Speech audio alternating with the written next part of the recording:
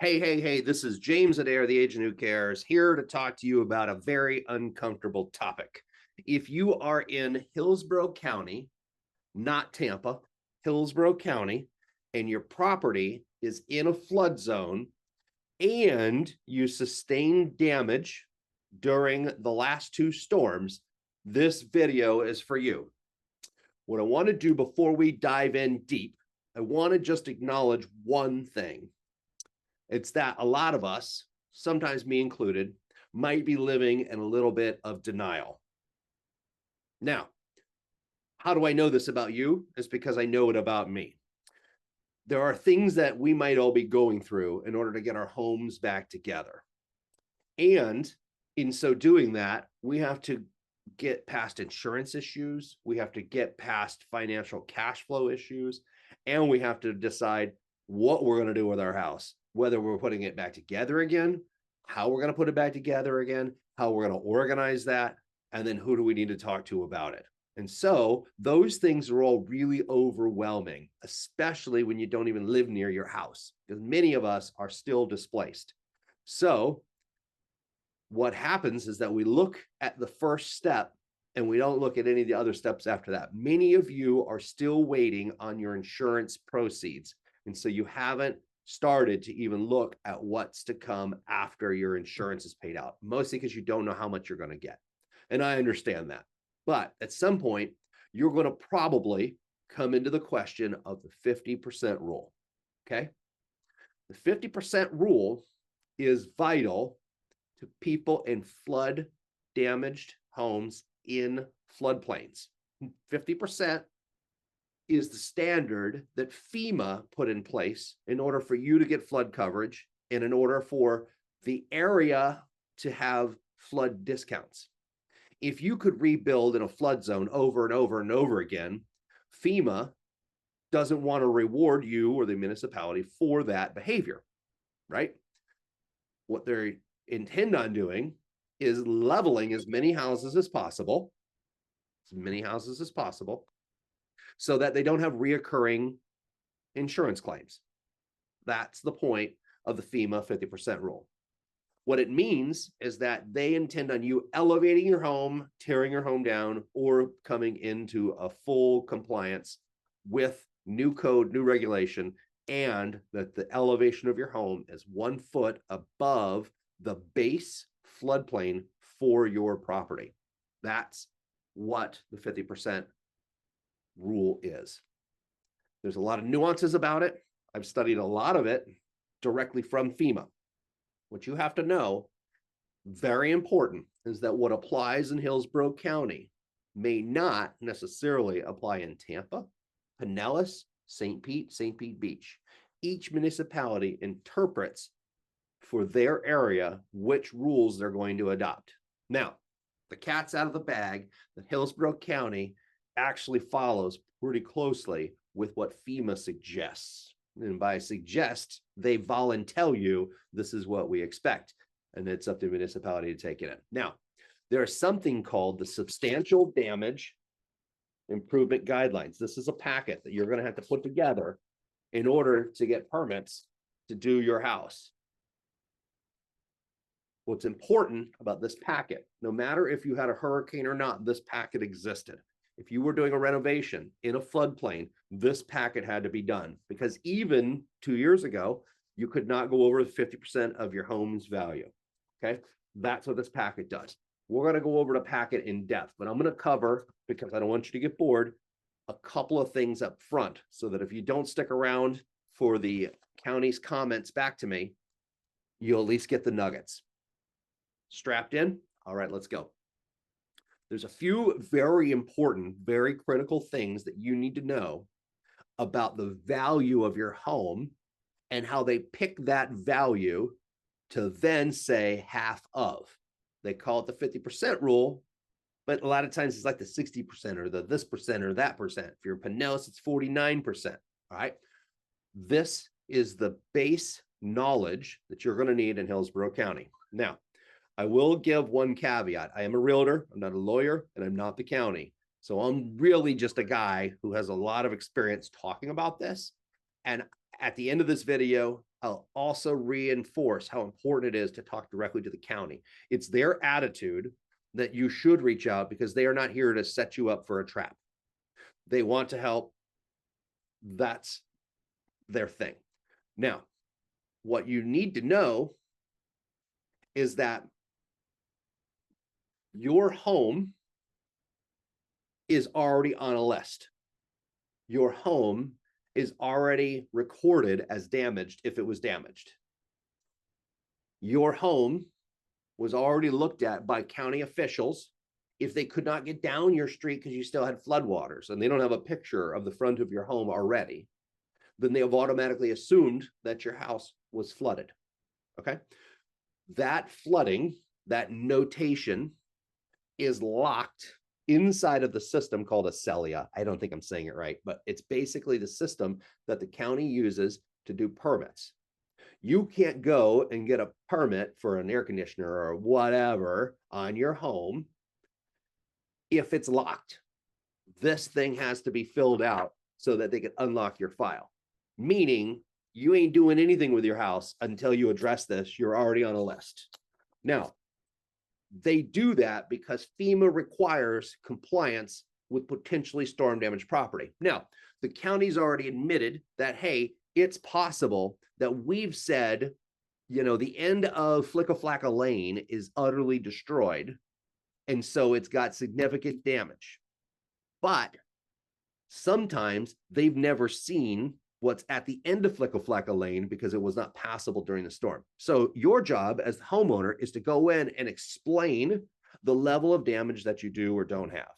Now, there may or may not be a timeline to this. I do not have an answer yet as to if there is a 60-day requirement by Hillsborough County to have your objections to their letter they sent you. You probably are watching this because there was a letter. That letter, according to some FEMA guidelines, gives you 60 days to disagree and say, I was not substantially damaged. If you were substantially damaged, if you got that letter and you're out and you're not, and you're going to contest it, you have to do it within a certain period of time. Now, I did request that answer from Tampa and from the county, and in my reply back, I did not get that answer. So that's important to note. Now, we've already discussed that your property is already on a list. You're not really hiding. 2, that there is a timeline, although I don't know definitively if they're going to cut you off at day 60. 3, what's the value of your home? That is one of the most important things. Okay. So what we're going to do is we're going to use a real live example. This is technically an example from a past client. This is not their current home. I don't know who owns this home. Okay. But we're going to assume you're going to take your address. Now I picked this one because it already is in a flood zone. And what we're going to do, I know it's in a flood zone, is I want to show you 2 things. First, I want to come over here. This is the property appraiser, right? Not rocket science. You guys can figure out how to get here. Okay. You're going to put this down. Now, what I want to show you is that the strictest form of what FEMA says is that it's heated square footage only. That's most important. Most municipalities are using your base square footage. So this one here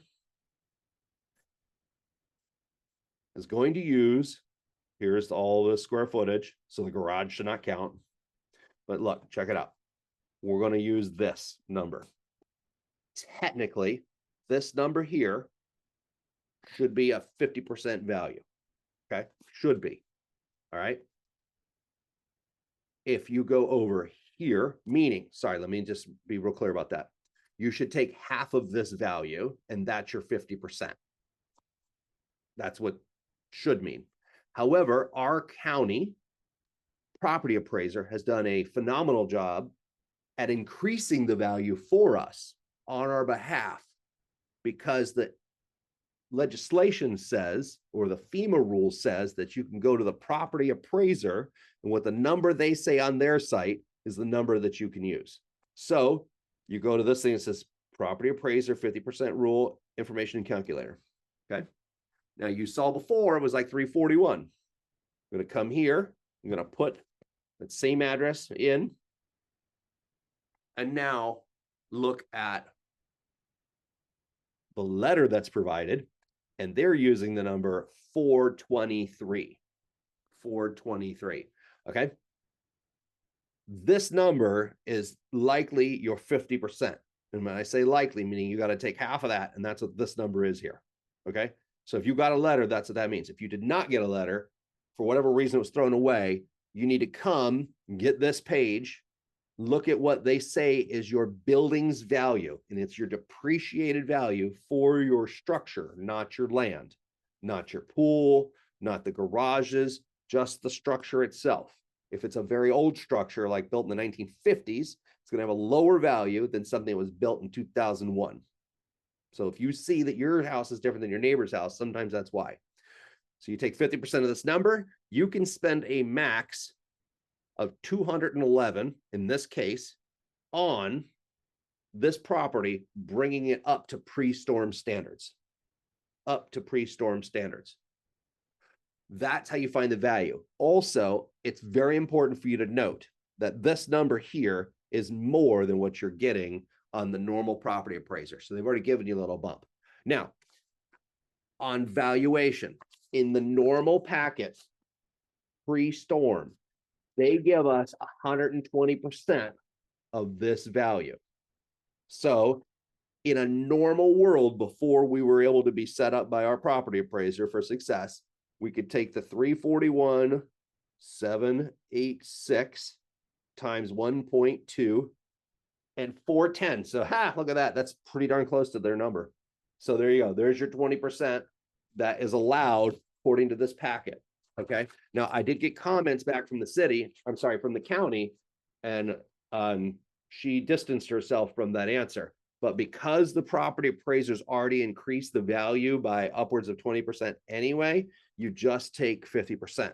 If you're in the city of Tampa, you shouldn't be watching this video. They do the calculation a little differently. So we're not going to talk about that here. Now, let's move forward. That's how you get your value. It has nothing to do with the appraised value when it comes to when you bought the home. If when you're looking at this FEMA 50%, and you say to yourself, because maybe you don't have 200,000, maybe you got 50 grand, and that's your number. Okay. That number may feel really low, and it may be way too low. You can go and get what's called a private appraisal, cash value appraisal. And if you talk to the appraiser, not all of them do it, but when you get to one who knows what they're doing, they'll understand when you tell them I need to get an appraisal to contest the FEMA value, they will know exactly what it is you need to get. It could be $800 to $1,500, maybe even a little bit more, depending on how busy they are. That private appraisal is a way for you to go back, and tell the county, my home is really worth $500,000, and therefore I get $250 to build. So any good appraiser will know in advance, probably before taking your money, if it will appraise for the number that you need so that you can then reduce it by 50%. I think everybody's following so far.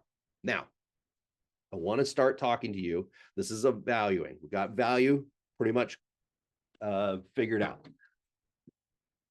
As we transition into this form, I want to just leave value at the idea that you need to come up with a repair estimate under this amount. Natural flow is to figure out, oh, how do I do that? Okay, here we go. I took this form here, which is what you'll download because you have to fill this all out. Okay, when you start a building permit, they won't do it until this form is uploaded and it's complete. Now,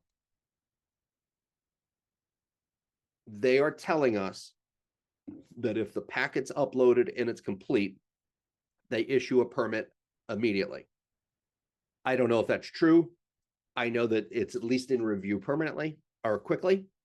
They are trying to prioritize. But that being said, it's important to know that nothing happens until this is done. So before we get into the nuances here, I think I can feel that some people will say, what if I just do the renovations without a permit? What will happen? Honest answer is, I can't say necessarily what will or won't happen. And I don't even think the county knows what they will or won't do. I'm going to give you an example, and this is a worst case. And this happened in the storm with Naples, Cape Coral, Punta Gorda, this area. FEMA went back and audited Cape Coral. And what they forced Cape Coral municipality to do is to put red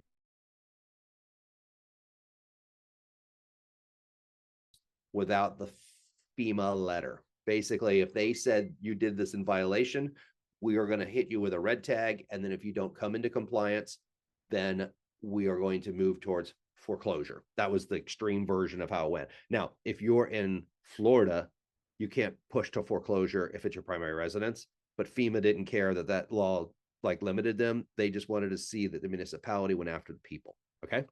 So we already discussed that they know that your house exists. And then we're basically trying to figure out, do you want to run the risk of not pulling a permit for the possibility that they're going to come out and check you out? That's really a decision that you need to get sorted out. Also, before we go through this, I want to very quickly handle an owner pulled permit versus a contractor pulled permit. Okay. I don't want to go too deep into the laws other than to give you one thing. If you pull your own permit, it is expected according to the statute that you don't resell your home for a year. So if you're pulling the permit for a roof or whatever it is, however you're doing it, and you're supervising the work, that's key, and you close the permit, the statute says you still can't resell the home within 1 year. I have no idea who actually would enforce it. If when you pulled title, anybody would actually know. I don't think there's any mechanism of enforcing it. But according to the county, they say that it would be a violation of the statute, but they didn't know what the fines were either or who the enforcing body is. So that statute was put into place to prevent flippers from doing flipper stuff, right? So if you're going to get a contractor, put the contractor on there so that if you did want to sell your home, you won't have this hang up later. But if you go at it yourself, just know that this is a particular sticky point. Okay. Now, we're going to start going through the substantial damage and improvement guidelines from the county. I'm going to let you read all of these things on your own, but I'm going to just highlight the things that I thought were important that I read it as an experienced professional who dealt with these issues that I know are going to trip people up. Okay. This is the worksheet, page 1 through 10. This is what we're talking about. So this is the page we're talking about. Ensure all of them are legible. No scrabble. Property's name, address, and all that stuff. We just talked about that website, which we went to. You're going to do the contractor and owner. I call it an affidavit, but whatever.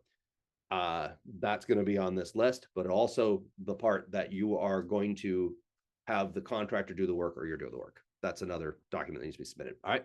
Complete the cost breakdown, which is below. We're going to talk about that. This, I don't think most of you guys need to care about this, but FEMA has a differential. They understand the difference between improvement or damage. Most municipalities call it one thing, so I don't want to go into it too deep, but items A through G on page 1 of the worksheet is relevant to that. But at the end of the day, you need to add all of this stuff up. So I'm going to ignore that exists for now, mostly because you guys are storm damage. Everything that matters to you is here. Next, we talked about the building value before. Next, project cost. We're going to go through that below. This is very important. If you pulled a permit on an air conditioner or a roof within the last 12 months, that will get included in the amount of money you're allowed to spend under your 50% rule. If you pulled a permit previously up to 1 year behind, that amount, that $8,000 for the roof or whatever, would be counted against your 50%. Okay. That's not great. Some municipalities will do it permit by permit so that you can get a little bit done and then get some more done and then get some more done. The intention of Hillsborough County is that all storm damage is remedied under the 50% rule. So on paper, in email, they're discussing like this must be all done, all back together. when you actually go to the building department and you get your permits, possibly it may not be as strict, but that's where it's at. Now, you might say, hey, I need to put carpet in, I need to get this in, then, you know, you at least need to get your CO. You need to make it livable again. Okay. We're going to do the value below, etc. All right. Now, you might be like, hey, what's included in estimating the cost? Okay. Like, what is it? Here's what's key. And I'm glad they put this up front. If, for example, you were a home that my volunteer crew came out and helped you, and we had 30 people trashing out your house, those 30 people, now technically, I think you would only be required to pay us as volunteers on paper for the drywall we took out, not necessarily the personal property that we put on your lawn. Okay. But if you had volunteers come out, or you did it yourself and you put, let's say, 5 hours of drywall out, it took you 10 volunteers, 5 hours to move all the drywall out. Let's say that's your demo. You have to, on the form, show that you considered it a value. And that kind of work is valued at minimum wage. Okay. Because it's lumper work. It doesn't take a brain to do it. Okay. Now, if you got a contractor who hires an electrician, the electrician has to get paid normal electrician wages.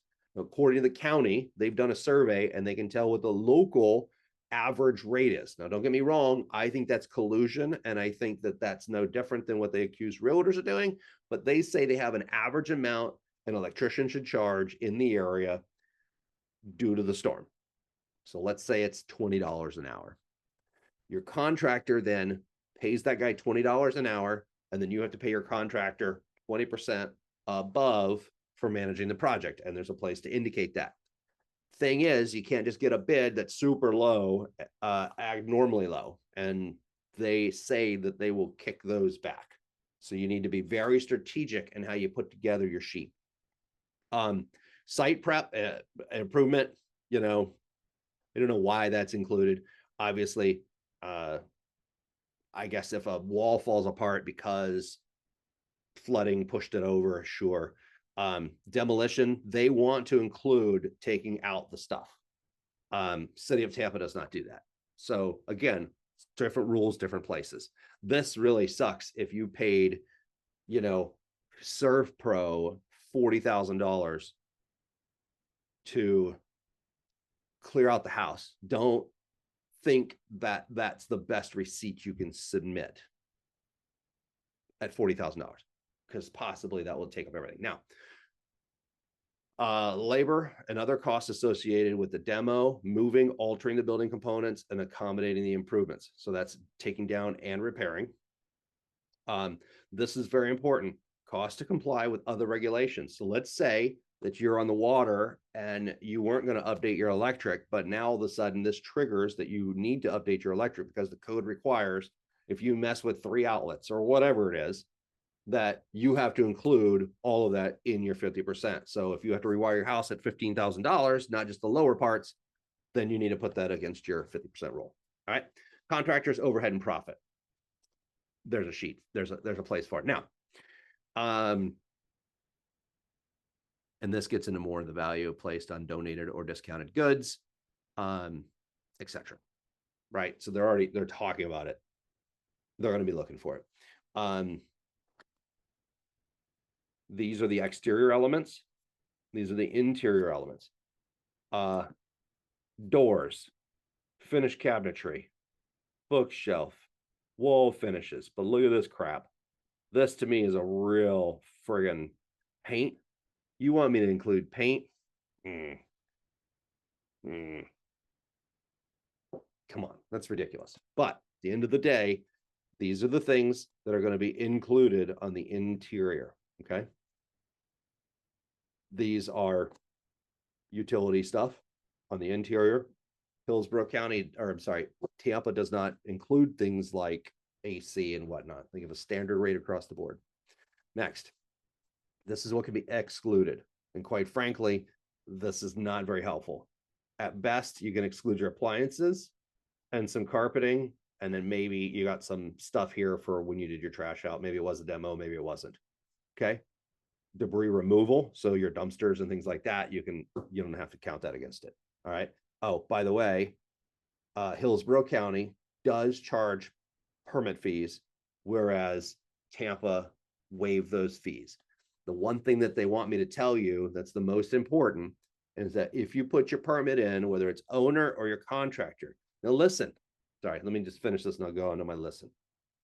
If your contractor puts it in, they got to put storm damage in the keywords when they upload these freaking documents, or else you're going to sit there like some other random file and you're not going to get the attention you need to get these permits turned around ASAP.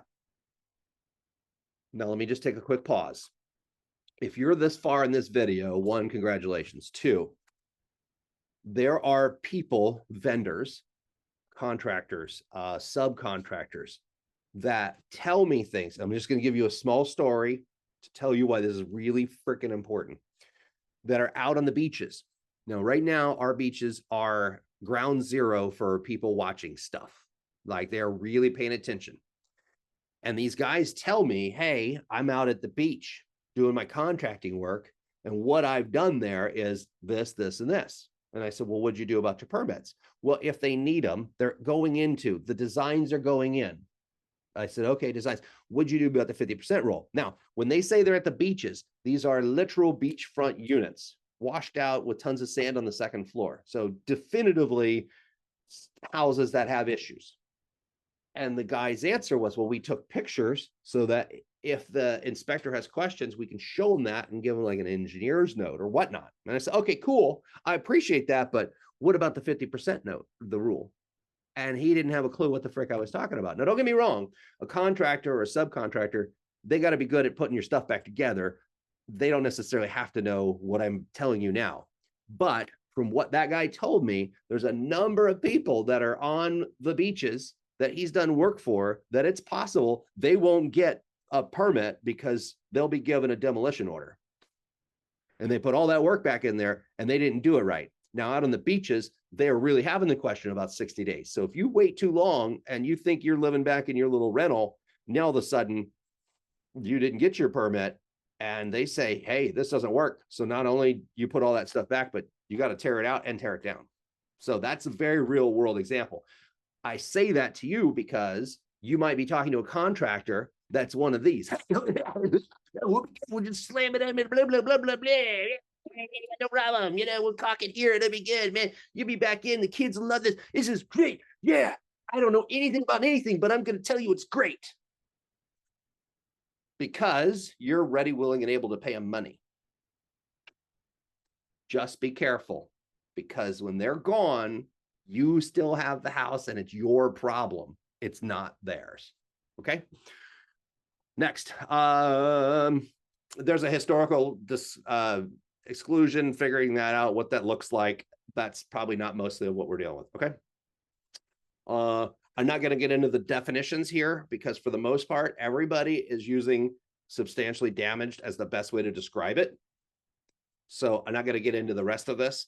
At the end of the day, you just need to be 50% of your increased market value. Okay. This is where that 120% comes in, that it's already accounted for. So don't increase the property appraiser by 20% because this also says it. It's redundant. I asked about it and my representative at the county, I don't think she understood what I was asking, but don't bet on getting 40% and then going half of it. Doesn't work.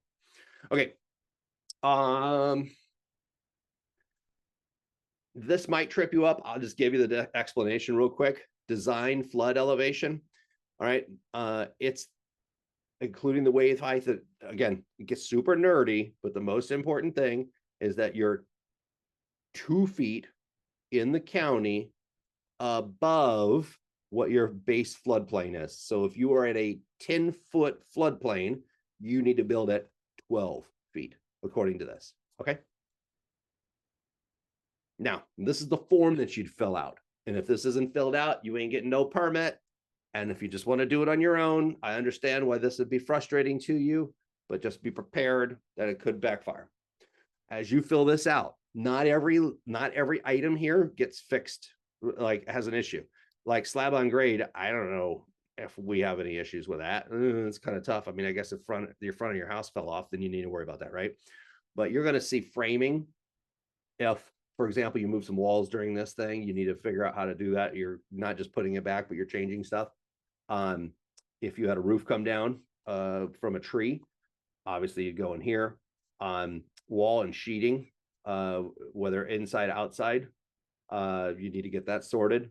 Your finished carpentry, so doors, openings, casing, these are all things that your contractor should be able to have access to how much it's going to cost you, and then you put it down. Now, it's broken out here, labor, and then material. Okay, so for example, you get a sub that comes in that's just your trim guy, and he's $1,000 for the material and he's $1,000 for labor. It's $2,000 total. Now, depending on your contractor, maybe you found a guy and he's not paying anything on it. So you got to make sure that you don't just say the contractor gets 20%. You need to figure out what that number is, because down here, all the way at the bottom,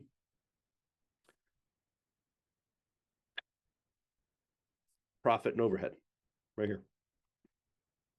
You got to figure out what that looks like for your contractor. So it's a very open conversation.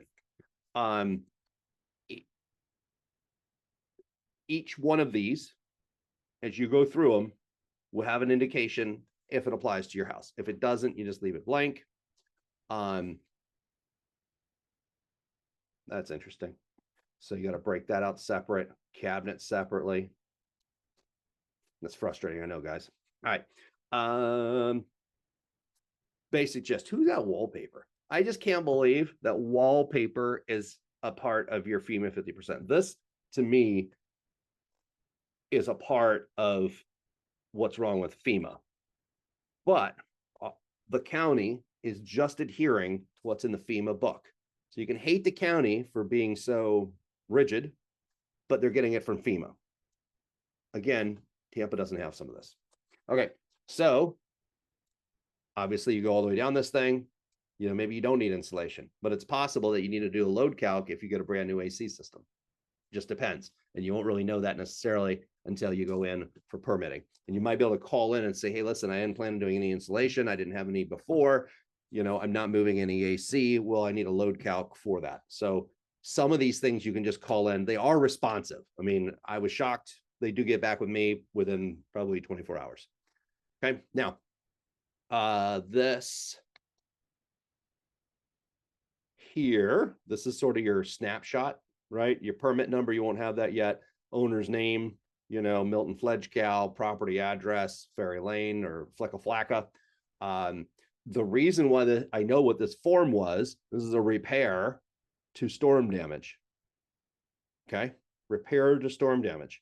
And then you're not doing an addition or remodel. This form was used before the storm. It's a catch-all. Okay. You might have to ask, this is very important. You might have to ask if the date of the structure is the effective date or the actual year built. Depending on when your property was done, it might benefit you to make the effective date. So let's say you did your electric and your addition and your roof in 89, but it was a 1958 house. So you might be able to say this is a 1989 build, effective date. Again, you're gonna have to call the county and figure out which one of those means and how it's important to you. Okay. Next, building market value, which we all saw where we got that from that first page, 400,000. That already has 20% in there. It's actually a little over 20%. Then proposed repair cost, because I put some dummy numbers in there, it automatically populates down here. Cost of past improvements, and I believe that there is. I thought there was sections for past improvements. It may be below us, but anyway, your past improvements need to be put on here. So if you put an AC in for $7,500, and a permit A74621, whatever, inspection date 1/1/1900. It's a really old AC, right? That's sort of what it would look like. And then if you put in a pool, doesn't count. If you put in, it's the structure, it's the building of your house, a roof, So let's say it's 15 grand for a roof. You don't have to do it again, but let's just say, and whatever your permit is, state inspection, 01, 2000. Okay, so there you go. This adds all this up. So now we're at 55 grand. So imagine if you had to do kitchen, if you had to do paint, if you had to do whatever, put all that stuff down here. I don't know if the county's really going to look and see if it's paint and wallpaper. I think that's horse crap. They probably aren't, because it's probably more annoying to them than anything else to even administratively handle it. But at the end of the day, that's what they're asking for. You might want to just say it's a base coat of white that, of subcontractor that makes minimum wage paints with a spray gun, right? And then it's up to you to finish it later after you already live back in it. All right. So this is how it works. This is your cost of improvement. Then you come here. This essentially, this form, contractor name, whatnot.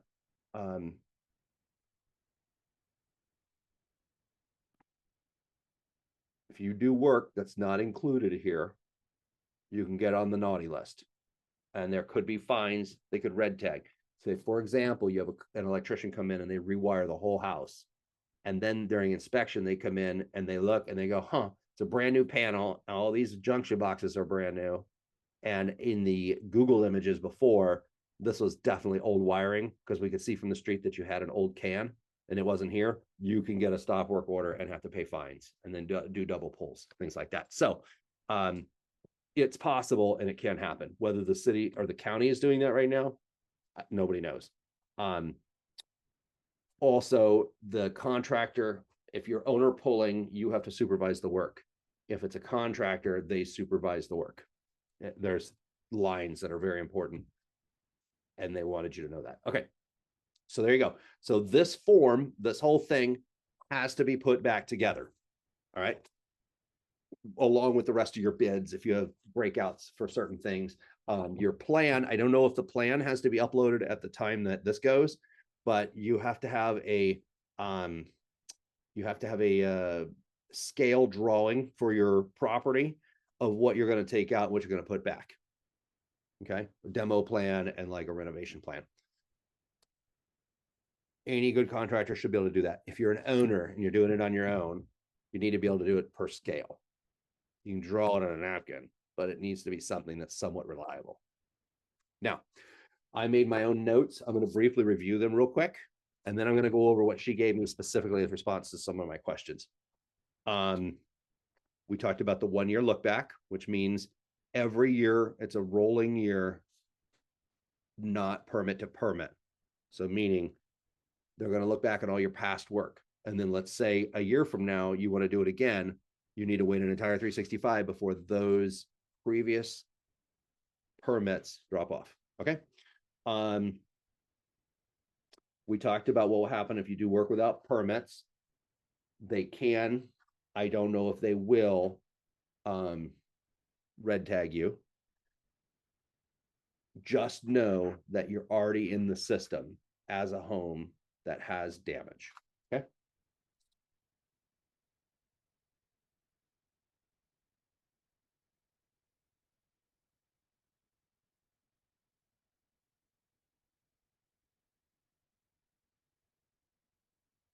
All right. So I asked some questions.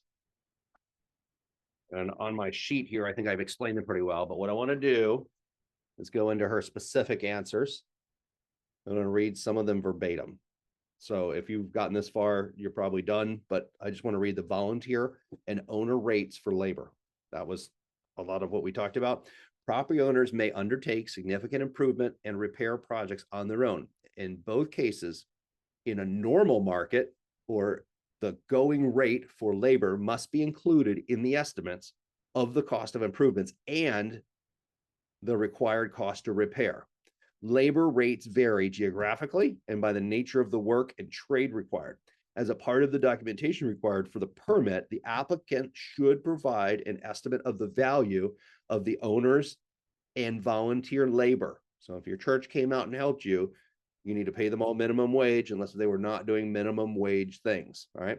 The value placed on labor should be estimated based on the applicable minimum hour wage scales for the skill and the type of construction that is done. Estimates are verified by the staff based on their professional knowledge of the construction industry and their wage scale. It's kind of subjective if you ask me. And it also sounds like antitrust, but let's just go with it for now. All right. What needs to be, here, this is very important. What needs to be done in order to move back in, and what things can be pushed out 12 months? Because I was talking about getting past that 12-month circle, right? If a building permit and construction plans are complete, proper inspections during construction are conducted to determine whether any work has deviated from the approved plans, the approved permits and plans. If deviations from the conditions of the permit or plans are discovered, this could cause delays.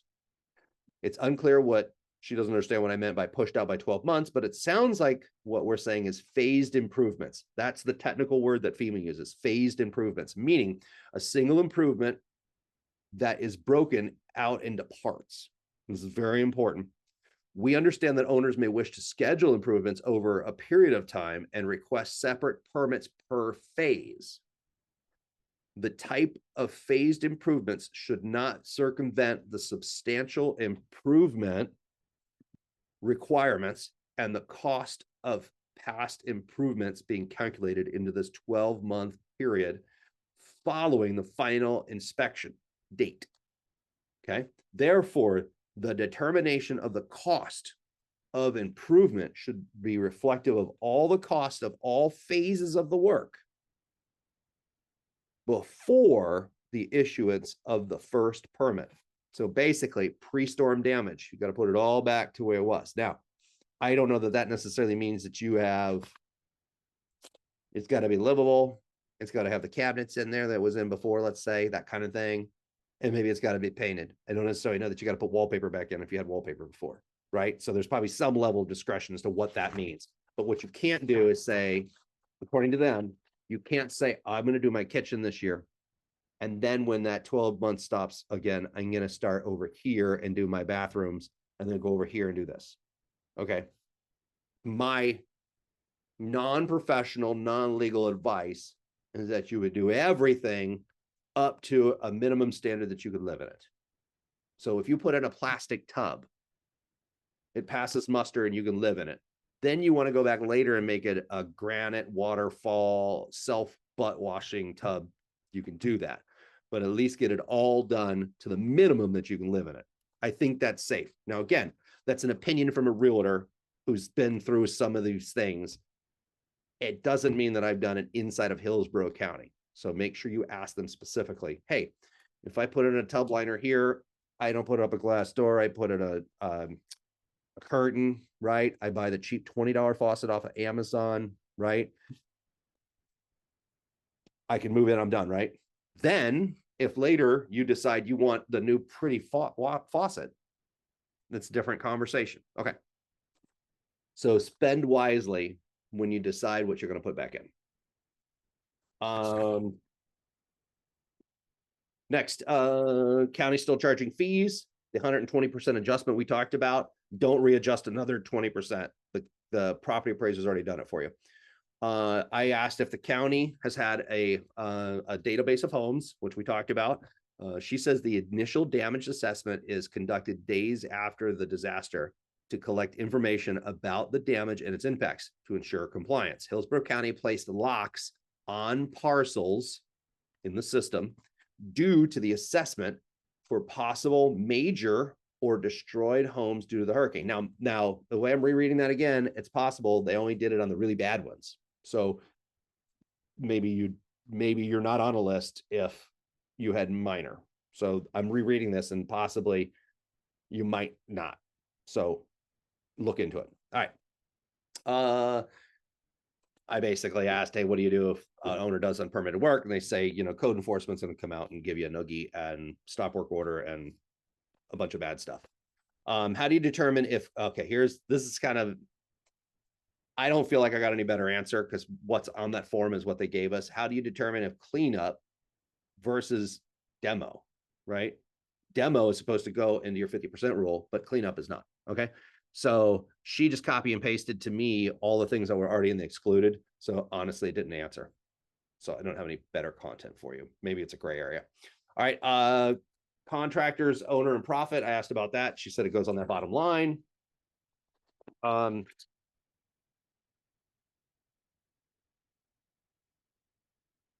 So there was a note about the estimate must include all labor and materials. If the work will be done by a contractor, the contractor's overhead and profit must be included. If the work will be done by the owner, volunteers, that must be included, but it's for all of the work. All right. Sometimes when you have to do a renovation and you do it so significantly, they will require you to put plants and some other random stuff out. For the most part, that's not being enforced right now. Turnaround time on basic permits. Their answer is that if you put storm related, the permit is immediately. So it goes into immediate action.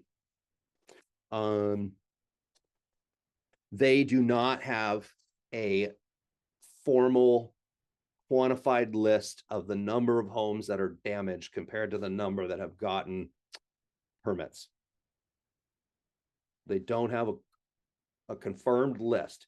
For example, they acknowledge that some homes at the end of the street that they automatically said was all substantially damaged, some of those may not be because they were on stilts, but it's still up to you to say, hey, I'm not damaged, I'm good over here. Now, if you think, just let me give you this, again, I've heard so many stories, so I want to give them to you.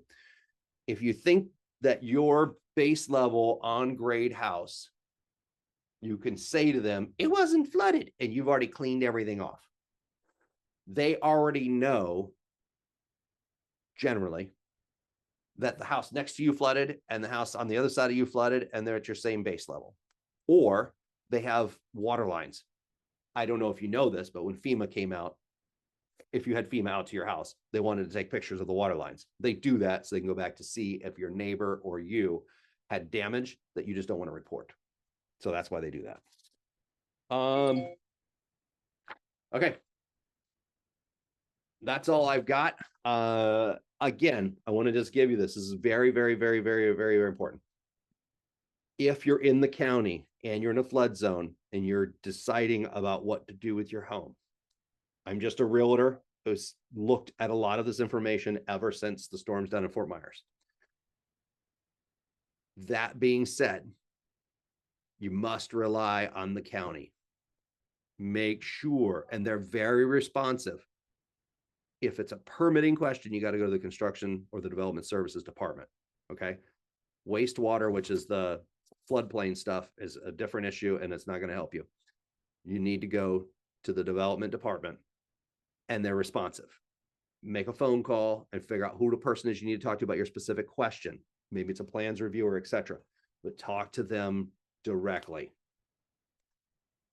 Don't ignore whatever this is, because if they do enforce a timeline, you might wait so long that you might not go back and fix a thing.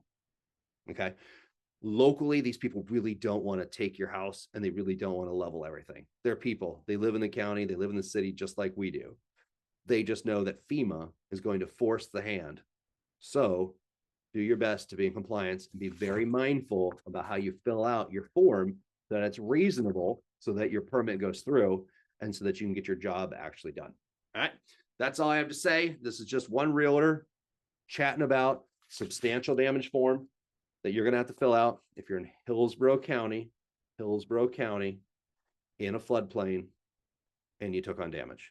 If you're in X, none of this matters to you at all. There you go. James Adair, the agent who cares. Keller Williams, Tampa Central.